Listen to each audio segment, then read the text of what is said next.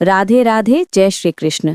बहनों और भक्तजनों, आप सभी को कार्तिक मास की पावन अष्टमी तिथि की हार्दिक शुभकामनाएं।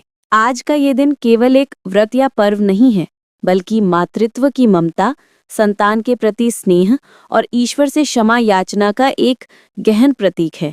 जब कोई माता अपने बच्चे के सुख, दीर्घायु और सुरक्षा के लिए उपवास रखती है, तो वह केवल शरीर को नहीं, बल्कि अपने हृदय को भी अनुशासन में बांधती है। ऐसे ही पवित्र भाव से मनाया जाने वाला ये पर्व है अहोई अष्टमी। कहते हैं कि अहोई माता स्वयं माता पार्वती का रूप है, जो उन सभी माताओं की रक्षा करती हैं जिनकी गोद में संतान है या जो संतान सुख की अभिलाषी हैं। इस दिन की पूजा केवल एक धार्मिक कर्म नहीं, बल्कि एक भावनात्मक प्रतिज्ञा है कि माता अपने बच्चों के लिए हर कठिनाई सहने को तैयार है। इस व्रत की परंपरा युगों पुरानी है। कहा जाता है कि इस दिन की आराधना से माँ अहोई अपने भक्तों के अनजाने अपराधों को क्षमा कर देती हैं और उनके जीवन में सुख, सौभाग्य और संतान की रक्षा का आशीर्वाद देती हैं। इस व्रत की कथा केवल एक साहूकार की बहू की कहानी नहीं है, बल्कि यह उस मातृत्व की गाथा है जिसमें गलती के पश्चात भी क्षमा की ज्योति प्रज्वलित होती है। ये कथा हमें सिखाती है कि जब कोई व्यक्ति सच्चे मन से पश्चाताप करता है और ईश्वर से प्रार्थना करता है, तब सृष्टि भी उसके पक्ष में कार्य करती है। अहोई अष्टमी की कथा सुनने और व्रत करने से न केवल पापों का नाश होता है, बल्कि संतान की आयु और भाग्य में वृद्धि होती है। इस दिन माताएं उपवास रखकर अहोई माता की पूजा करती हैं। उनके चित्र में 7 पुत्रों और स्याहू नामक सर्प के प्रतीक को बनाकर पूजा करती हैं और संध्या समय तारों के दर्शन कर ये पवित्र कथा श्रवण करती हैं। आइए अब उसी पावन कथा को श्रवण करते हैं जो युगों से हर माता के हृदय में विश्वास, प्रेम और क्षमा का दीप जलाती आई है।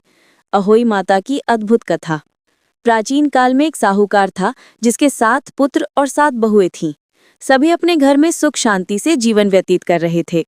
एक दिन साहूकार की सबसे छोटी बहू अपने घर के कामों से निवृत्त होकर तालाब से पानी भरने गई।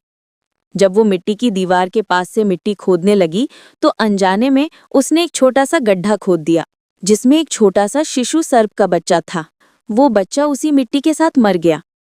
इस घटना का उसे जरा भी भान नहीं था, परंतु जब वो घर लौटी तो कुछ समय के बाद उसके घर का सबसे छोटा पुत्र अचानक बीमार पड़ गया और कुछ ही दिनों में उसकी मृत्यु हो गई।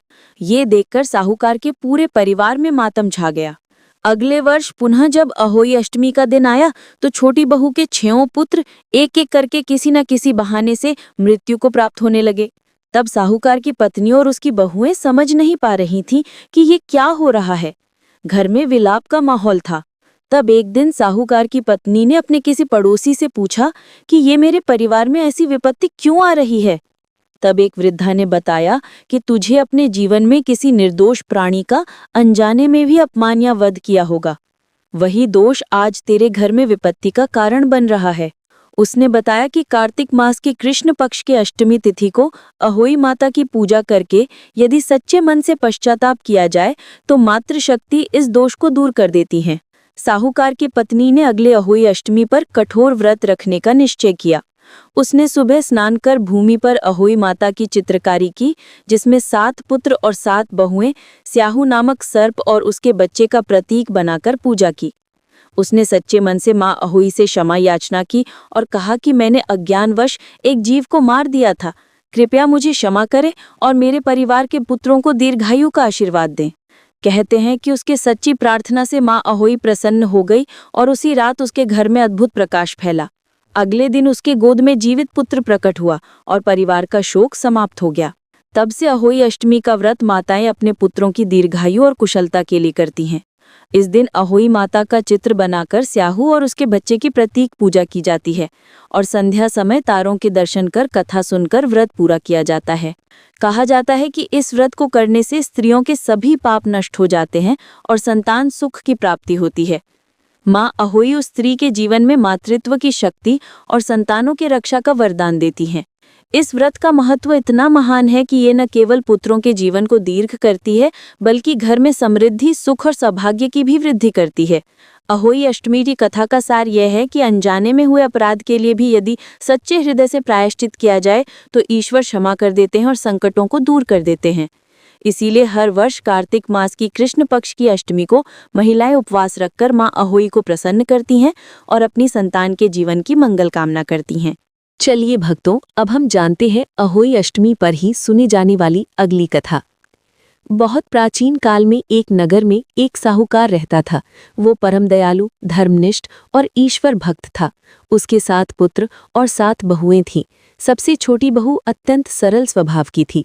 एक दिन कार्तिक मास की कृष्ण पक्ष की अष्टमी से कुछ दिन पहले वो अपने घर की मरम्मत के लिए दीवार की मिट्टी लेने निकली। वो मिट्टी खोद ही रही थी कि अचानक फावड़े की चोट से मिट्टी में रहने वाले एक शिशु सर्प की मृत्यु हो गई। उसे इसका आभास भी न हुआ। वो मिट्टी लेकर घर चली गई, लेकिन उसी दिन से उसके जीवन में दुख की छाया पड़ गई। पहले उसका सबसे छोटा बेटा बीमार पड़ा और मर गया।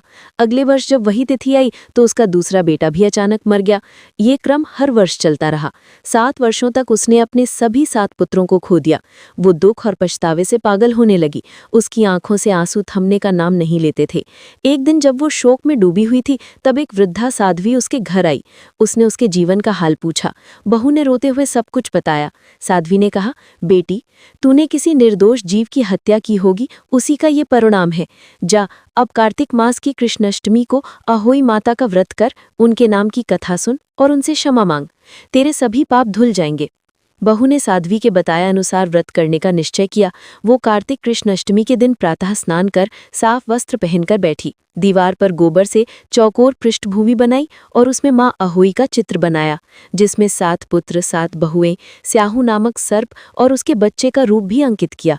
उसने रोते हुए कहा, हे मां अहोई, मैंने अज्ञानवश एक जीव की हत्या कर दी थी। मेरी संतान मुझसे रूठ गई। कृपा करके मेरी भूल क्षमा करे और मेरी कोख फिर से भर दे। उसकी ये प्रार्थना सुनकर मां अहोई प्रकट हुई। उन्होंने कहा, बेटी, तेरा पाप तुझे भोगना ही था, परंतु तूने सच्चे मन से पश्चाताप किया है। अब तेरी गोद सूनी नहीं रहेगी। कथा कहती है कि उसी वर्ष अहोई माता की कृपा से उसके गर्भ में पुत्र उत्पन्न हुआ और अगले कार्तिक में उसने एक सुंदर और स्वस्थ बालक को जन्म दिया। उस दिन से उसके घर में सुख, शांति और समृद्धि लौट आई। इसी घटना के बाद नगर की सभी स्त्रियों ने ये व्रत करना शुरू किया।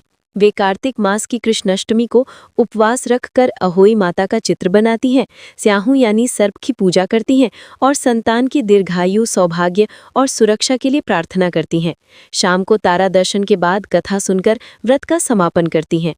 कहते हैं, जो स्त्री अहोई माता का ये व्रत करती है और सच्चे मन से अपने बच्चों के लिए प्रार्थना करती है, उसकी संतान सुखी, स्वस्थ और दीर्घायु होती है। ये कथा केवल संतान की रक्षा का प्रतीक नहीं है, बल्कि ये भी सिखाती है कि अज्ञान में भी किए गए कर्मों का फल अवश्य मिलता है, पर यदि हृदय से क्षमा मांग ली जाए तो माँ अहोई हर पाप को क्षमा कर देती हैं।